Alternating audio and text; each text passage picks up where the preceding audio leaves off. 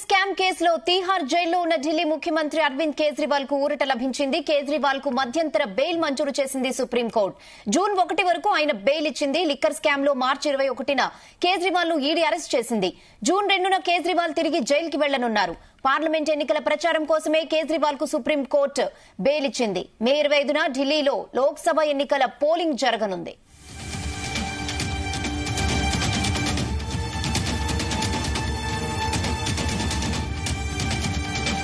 ఇదే విషయంపై మరిన్ని updates crime bureau chief Raviteja అందిస్తారు. రవితేజ, ఢిల్లీ సీఎం అరవింద్ కేజ్రీవాల్ కు మధ్యంతర బెయిల్ మంజూరు చేస్తూ సుప్రీంకోర్టు ఇంతకు ముందే ఆదేశాలు ఇవ్వడం జరిగింది.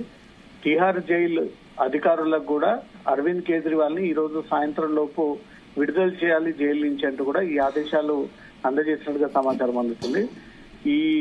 ఈ రోజు జరిగినటువంటి సుప్రీంకోర్టు వాదన విషయానికి వస్తే 2022లో ఈసీఐఆర్ నమోదు చేసి ఎన్ఫోర్స్మెంట్ డైరెక్టరేట్ కేసు నమోదు చేయగా ఎందుకు ఈ 2.5 సంవత్సరాల పాటు అరవింద్ కేజ్రీవాల్ ని అరెస్టు చేయకుండా మార్చిలో అరెస్టు చేశారన్న ఒక విషయాన్ని కూడా కోర్టు దృష్టికి తీసుకెళ్లారు న్యాయవాదులు. ఈ విషయంపై కూడా అరవింద్ కేజ్రీవాల్ తరపు న్యాయవాదులు దానికి క్లారిటీ ఇవ్వడం జరిగింది. అరవింద్ కేజ్రీవాల్ కి గతంలో ఎప్పుడు కూడా నోటీసులు అందజేయలేదు. ఇటీవలే కాలంలో అతనికి నోటీసులు అందజేసి రావాలంటూ కూడా పదే పదే నోటీసులు అందజేయడంతో తన షెడ్యూల్లో భాగంగా అరవింద్ కేజ్రీవాల్ కోర్టుకు హాజరు కాలేకపోయారు. దీన్ని దృష్టిలో పెట్టుకుని దర్యాప్తు సంస్థలు కేజ్రీవాల్ ని అరెస్టు చేశాయి. 2022లో నమోదైనటువంటి కేసు 24లో అరవింద్ కేజ్రీవాల్ ని అరెస్టు చేసి జైల్లో పెట్టారన్న ఒక విషయాన్ని కూడా ఈ అంశాలు కోర్టు దృష్టికి తీసుకురావడం జరిగింది. ఎన్నికల కోలాహలం సాగుతా ఉంది.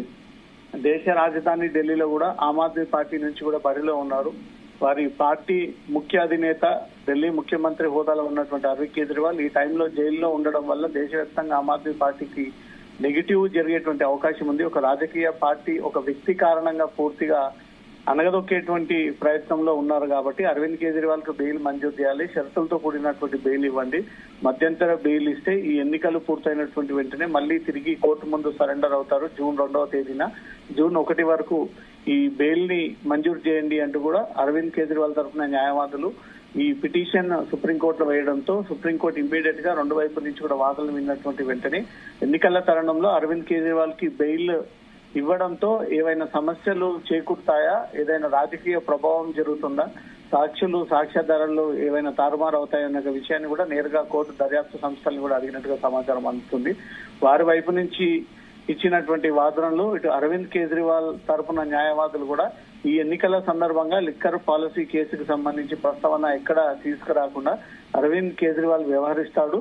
కేవలం ఎన్నికల ప్రచారంలో భాగంగానే ఎన్నికల్లో తన ఉంటే ఆ ఇంపాక్ట్ వేరే విధంగా ఉంటుంది. ఒక పార్టీ వ్యవస్థాపకుడు ప్రస్తుతం అధికార పార్టీ ముఖ్యమంత్రి ఇన్ని రోజుల పాటు జైల్లో ఉండడంతో పార్టీని నమ్ముకొని ఉన్నటువంటి కార్యకర్తలు క్యాడర్ అంతా కూడా భూస్థాపితమయ్యేటువంటి అవకాశం ఉంది. కాబట్టి అరవింద్ కేజ్రీవాల్ కి బెయిల్ మంజూరు చేయాలి అంటూ మాత్రం తన తరపు న్యాయవాదులు ఈ విషయాలన్నీ కూడా కోర్టు దృష్టికి తీసుకెళ్లడంతో కోర్టు అంగీకరించి మధ్యంతర బెయిల్ కి మాత్రం అనుమతిస్తూ జూన్ 1 తేదీ వరకు అరవింద్ కేజ్రీవాల్ కు మధ్యంతర బెయిల్ మంజూరు చేస్తా ఉన్న విషయాన్ని కూడా అటు పోలీసులకు ఇటు జైలు అధికారులకు కూడా ఇప్పటికే ఫ్యాక్స్ ద్వారా ఆ విషయాన్ని కూడా తెలియజేయడం జరిగింది. ఈ రోజు సాయంత్రం లోపు బెయిల్ కాపీ ఆర్డర్స్ జైలుకి అందితే మాత్రం సాయంత్రం 6 గంటల తర్వాత అరవింద్ కేజ్రీవాల్ బయటకు వచ్చేటువంటి అవకాశం ఉంది. ఏమాత్రం ఆలస్యం జరిగినా రేపు ఉదయం మళ్ళీ అరవింద్ కేజ్రీవాల్ బయటకు వచ్చేటువంటి అవకాశం ఉంది. త్వరగా ఆ బెయిల్ కాపీస్ అన్నిటిని కూడా జైల్లో సమర్పించేందుకు మాత్రం ఆమ్ ఆద్మీ పార్టీ వ్యక్తులు అక్కడ కార్యకర్తలు ఆ అనుచరులు సిద్ధంగా ఉన్నట్టుగా తెలుస్తుంది. బెయిల్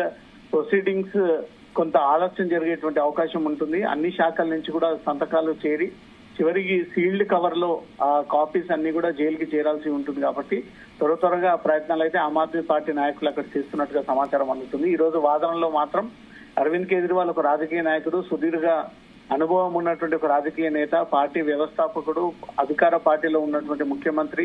లోక్సభ ఎన్నికలు దేశంలో ఇతర పార్టీలకు ఎంత ముఖ్యమైనదో ఆమ్ ఆద్మీ పార్టీ కూడా అంతే ముఖ్యమైనటువంటి ఎలక్షన్స్ తరుణం కాబట్టి వీటన్నిటిని దృష్టిలో పెట్టుకుని టెంపరీ బెయిల్ కావాలంటూ కూడా ప్రతిపాదనలు రిక్వెస్ట్ రూపంలో పెట్టుకోవడంతో సుప్రీంకోర్టు దీన్ని అంగీకరించి మధ్యంతర బెయిల్ జారీ చేస్తూ ఇంతకు ముందే ఆ ఉత్తర్వులు కూడా జారీ చేయడం జరిగింది. రెహానా, రవితేజ, అంటే ఇదే కేసులో ఉన్న కవితకు కూడా బెయిల్ వచ్చే ఛాన్స్ ఏమైనా ఉందంటారా?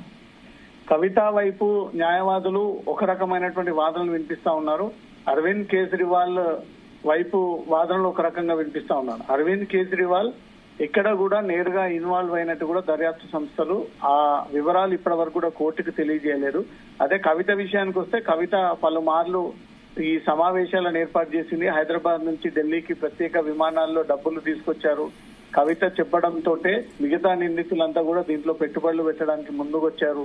సౌత్ గ్రూప్ ద్వారా కవితకు ఎక్కువగా వాటా వచ్చే విధంగా 33% పాటు ఇండోస్పిరిట్ గ్రూప్ ద్వారా కవిత వాటాదారురాలుగా అగ్రిమెంట్ జరిగింది. కవిత ఇన్వాల్వ్మెంట్ ఒక రకంగా ఉంది. అరవింద్ కేజ్రీవాల్ అధికారంలో ఉన్నటువంటి పార్టీ కాబట్టి దాని ప్రొసీజర్ ప్రకారంగా జరపాల్సినటువంటి మార్గదర్శకాలైనా ఇల్లీగల్ గా జరగాల్సినటువంటి మార్గదర్శకాలైనా సీఎం కి అంటి ముట్టనట్టుగా అరవింద్ కేజ్రీవాల్ వ్యవహరించారు కాబట్టి పక్కాగా అరవింద్ కేజ్రీవాల్ ఇన్వాల్వ్మెంట్ ఉంది అనేది కూడా దర్యాప్తు సంస్థలు ఇప్పటి వరకు ఏ ఆధారాలు కోర్టు ప్రొడ్యూస్ చేయలేకపోయారు. కేవలం ఈ లిక్కర్ పాలసీలో డబ్బులని అరవింద్ కేజ్రీవాల్ పుచ్చుకుని అవి ఎన్నికల్లో ఉపయోగించాడని ఒక ప్రధాన అభియోగంతో అరవింద్ కేజ్రీవాల్ ని కూడా దీంట్లో ఇంక్లూడ్ చేస్తూ అతన్ని కూడా అక్యూజ్ కిందకి చేస్తూ దర్యాప్తు సంస్థలు అరవింద్ కేజ్రీవాల్ అరెస్ట్ చేయడం జరిగింది.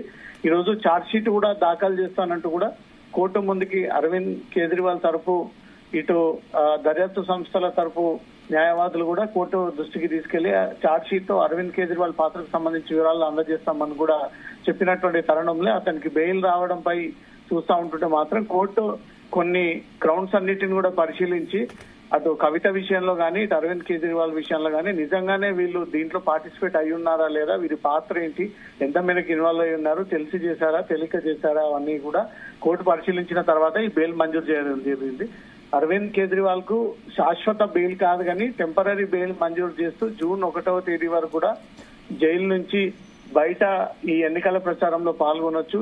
జూన్ 2వ తేదీ మళ్ళీ కోర్టు ముందు సరెండర్ అయిపోవాలంటూ మాత్రం ఈ ఆదేశాలు జారీ చేయడం జరిగింది. ఎక్కడ కూడా లిక్కర్ కేసు ప్రస్తావన తీసుకురాకుండా ఈ కొన్ని రోజుల పాటు బయట ఉండాల్సి ఉంటుందనేది కూడా కోర్టు ప్రత్యేకంగా ఈ ఆదేశాలు కూడా జారీ చేసినట్టుగా తెలుస్తుంది. కవిత విషయానికి వస్తే కవిత తెలంగాణలో జరుగుతున్నటువంటి ఎన్నికలకు తన స్టార్ క్యాంపెయినర్ గా ఉంది. గతంలో ఎంపీగా పనిచేసింది, ఎమ్మెల్సీగా పనిచేసింది.